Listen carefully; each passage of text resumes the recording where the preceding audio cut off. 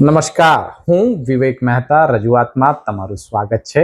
વાત તમારી, રજૂઆત અમારી. મિત્રો, આજે ખાસ દિવસ છે, મહાશિવરાત્રિ. મહાશિવરાત્રિની આપ સર્વેને શુભકામનાઓ. મહાદેવનો આશીર્વાદ સર્વદા સર્વ ઉપર બની રહે. યમહાસ દાદાની કૃપા સર્વ ઉપર રહે. મિત્રો, આપ સૌ નિરોગી રહો, સર્વે લાંબુ આયુષ્ય ભોગવો અને સર્વે ભારત માતાની સેવામાં રત રહો.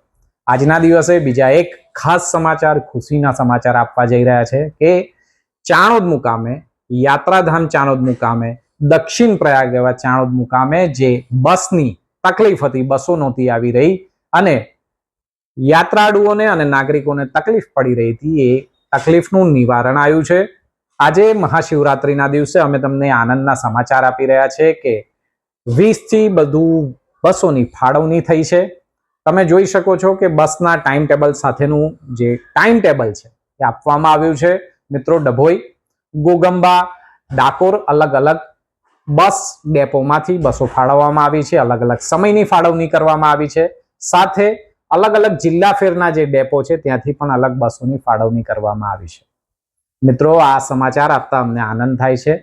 સાથે સાથે જે તે અધિકારી છે, સંબંધિત પ્રાંત અધિકારી છે, સંબંધિત ડેપોના અધિકારી છે, એમને પણ અમે આભાર વ્યક્ત કરીએ છીએ કે તમે આ બાબતે અમારી લાગણી જે રજૂઆતથી રજૂ કરી હતી એને માન આપી આ સમસ્યામાંથી નિવારણ લાવ્યા છે. તો ચાણોદના લોકો, આ ખુશીના સમાચાર તમને ખાસ પાઠવવા માંગીએ છીએ અમે કે આ તકલીફનું નિવારણ થયું છે. ચાણોદ ગ્રામ પંચાયત સુધીને આ બસો આવવામાં આવશે અને ત્યાં આગળ જ આનો હોલ્ટ રાખવામાં આવ્યો છે અને ત્યાંથી તમે આ બસ પકડીને ડભોઈથી અન્ય સ્થળો જઈ શકશો. સાથે સાથે સ્ટ્રીટ લાઇટનો જે પ્રશ્ન હતો કે જે આપણે રજૂઆતના માધ્યમથી ઉઠાવ્યો હતો, 50% વધુ કામગીરી થઈ છે. અમે રૂબરૂમાં આવીને સાહેબ સાથે અને ગામના સરપંચશ્રી સાથે વાત કરી હતી. એમને પણ કીધું કે ના, કામગીરી થઈ છે અને હજુ પણ કામગીરી ચાલુ છે. થોડા સમયમાં એ કામગીરી પણ સંપૂર્ણ કરવામાં આવશે.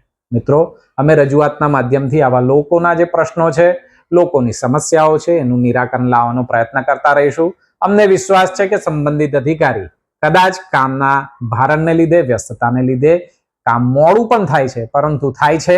અમે આ બાબતે તમામ વહીવટી તંત્રને આભાર વ્યક્ત કરીએ છીએ.